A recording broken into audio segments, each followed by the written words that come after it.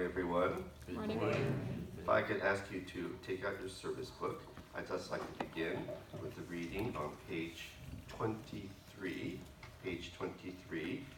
Here is the Pure Land, taken from Thich Nhat Hanh's book, Finding Our True Home, Living in the Pure Land Here and Now. So let's read it together. Here is the Pure Land. The Pure Land is here. I smile in mindfulness and dwell in the present moment. The Buddha is seen in an autumn leaf. The Dharma is a floating cloud. The Sangha body is everywhere. My true home is right here. Naman notes, naman notes, naman notes, naman notes. We received permission from Thich Nhat Hanh's Parallax Press to put that into our service book. So today I'd like to talk about what is the Pure Land. This is something that we talked about at the last Wednesday night meditation, and those of you that were here kind of like to expand on that a little bit further about what is the Pure Land. We are part of the Pure Land Buddhist tradition, and so obviously the question is, what is it? Is it a place? Where is it? If it is a place, what kind of land is it? So I'd like to sort of focus on that for today. So the Pure Land is a metaphor, or it is a symbol for the world of truth or enlightenment. So in Buddhism, if you become enlightened, your world changes, meaning the sphere of your world, the world that you live in, changes from a world of delusion to a world of enlightenment. So we all live in our own world, but it's an unenlightened world.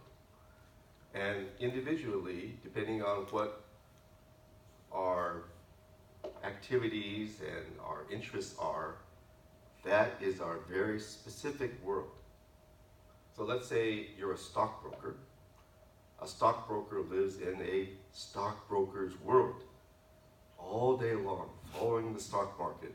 It's up, it's down. Should I sell? Should I buy? Your whole world is nothing but the world of the stock market, trying to make the most money on the stock market. If you're a mother and you have small children, your world is raising your children. From the moment you get up, getting them dressed, getting them breakfast, taking them to school, doing the grocery shopping, taking care of the house, picking them up from school, coming home, giving them dinner, helping them with their homework, getting them a bath. Your world is nothing but raising your children. And we all live in our own sort of very focused world. When you go to Las Vegas, your world is the buffet and the shows and playing the slot machines. You're in a very small bubble of a world, and your whole every moment is consumed by that world. Individuals who, let's say, happen to fall into the drug addiction world, their world is nothing but drugs. How do I get my next fix? See, your whole life is consumed by that. You can't think of anything else. Even keeping a job or whatever, it's just, how do I get my next fix? Or someone who becomes consumed by alcoholism. Your world is the world of drinking. And so we live in that sort of individual world. It's almost like in Star Wars terms, we've got a little bubble around our world, like a force field.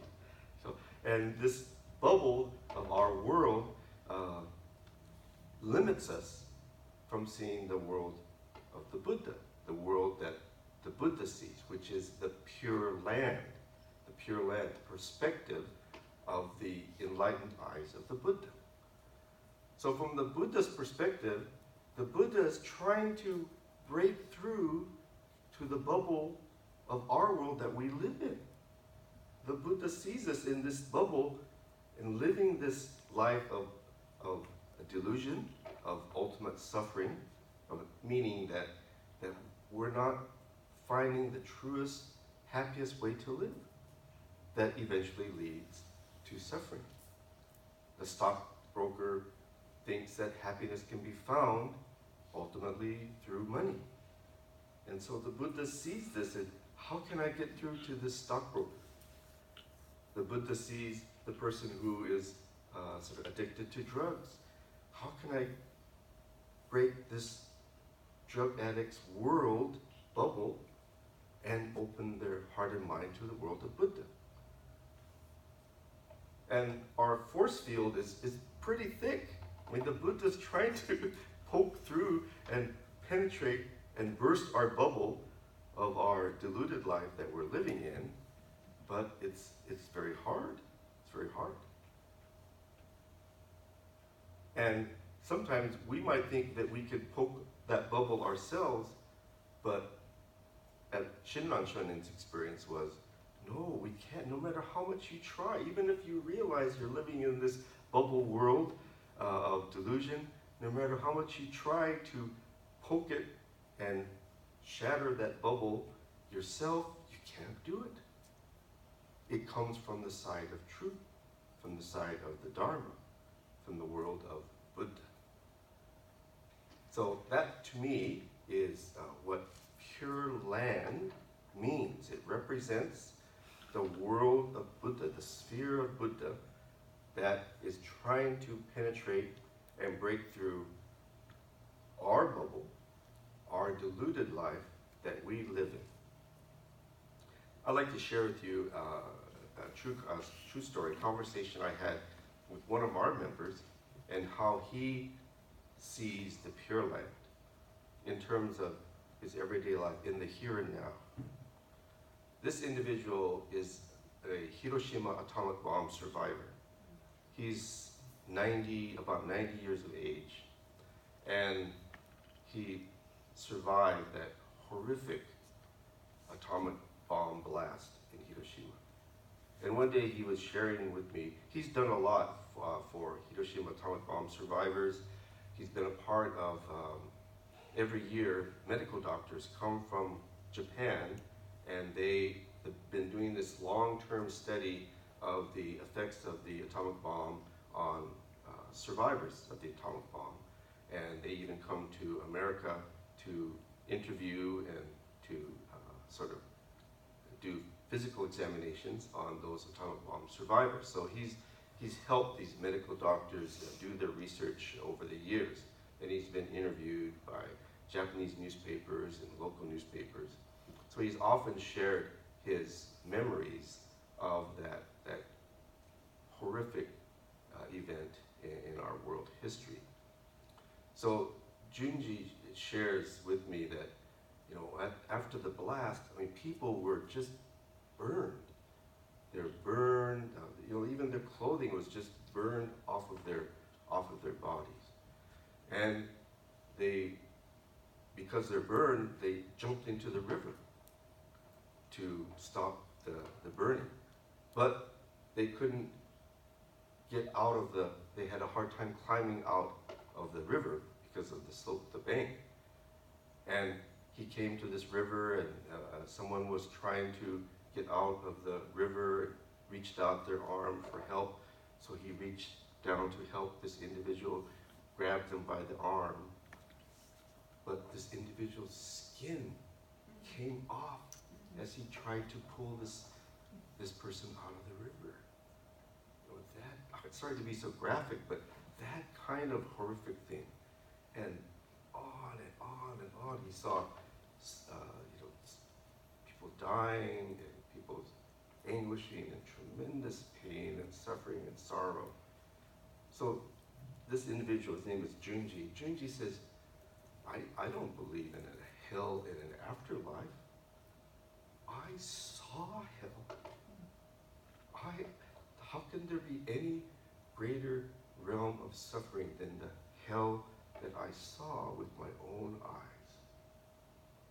I don't believe in a hell and an afterlife. Hell is sometimes here and now, and I saw it with my own eyes. And then Junji also shared with me, sometimes in sermons we hear talk about, well, we have to die to know the Pure Land, and the Pure Land is kind of like, maybe almost like a heavenly realm that we go to when we die. Junji says, well, I don't think of the Pure Land in that sense.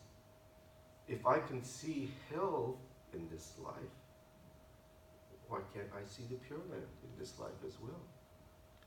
So he shared that sometimes he's having dinner with his family. He has 2 young granddaughters, and the granddaughters, his son and their family, they're visiting and they're having dinner together, and sort of very quietly in his heart, his mind, and in his own heart and mind, he thinks to himself, this is the Pure Land. This is the Pure Land right now. I'm enjoying this wonderful moment with my family, with my grandchildren. There can be no other Pure Land than this, in the here and now. And so Junji taught me a wonderful lesson about how we regard the Pure Land. And I think that we have to explain it in contemporary terms. Our traditional way of explaining it may not connect with people here in the West, I feel. And so we have to give it contemporary explanation. And I will be going over that in our study class or discussion following this. But just like to explain again that the Pure Land is a metaphor for that world of truth, the world of enlightenment, the world of Buddha. And so, as a metaphor, the sutras talk about the Pure Land being in the West. It's far away in the West. Well, it has to be in one direction because it has to give us direction in life. Which way is West here? West is that way? Okay, that way. So West is also a metaphor, but it gives us direction. We have to, as Buddhists, face the world of truth as opposed to the world of delusion or samsara. So once we enter the path of Buddhism, now we have direction of life. We have direction for our life. Many times in life we find ourselves kind of lost and we lack direction. We think, well, maybe happiness can be found by having a lot of money, but we find no, even if I make a lot of money, I'm not really happy. We think, well maybe happiness is found by a good relationship, and you search for that partner of your life, but maybe that relationship doesn't work out, and then you're not happy. Maybe happiness is in a job or in a home or in a car.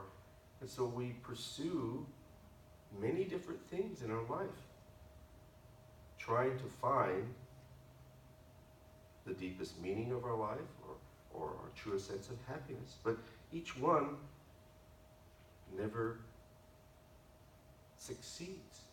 It's almost like a mirage in the desert. We get there, but once we get there, it's gone. And so Buddhism is trying to give us that right direction. It's in the West.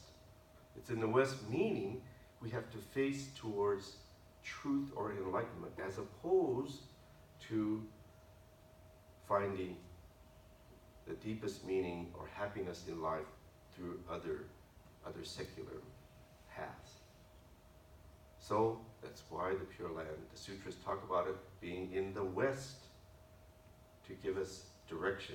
You have to face towards truth or enlightenment. You have to turn your life towards the Dharma in order for the world of Buddha to pop our bubble, our sphere of our deluded life that we are living in. And so the sutras say, sometimes the Pure Land is far, far away, billions of miles away.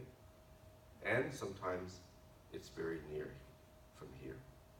So that all depends on our sincere path in pursuing the Dharma. if we're in our own sort of world in which we have absolutely no interest in seeking truth or the Dharma, then the Pure Land is very, very far away. But when we're actively involved in listening, seeking, studying, learning, then the Pure Land becomes closer and closer to our heart and mind. So that is the meaning of the Pure Land to me, and I'd like to close by reading that quotation once again from Thich Nhat Hanh. Here is the Pure Land. The Pure Land is here. I smile in mindfulness and dwell in the present moment. The Buddha is seen in an autumn leaf. The Dharma is a floating cloud. The Sangha body is everywhere. My true home is right here.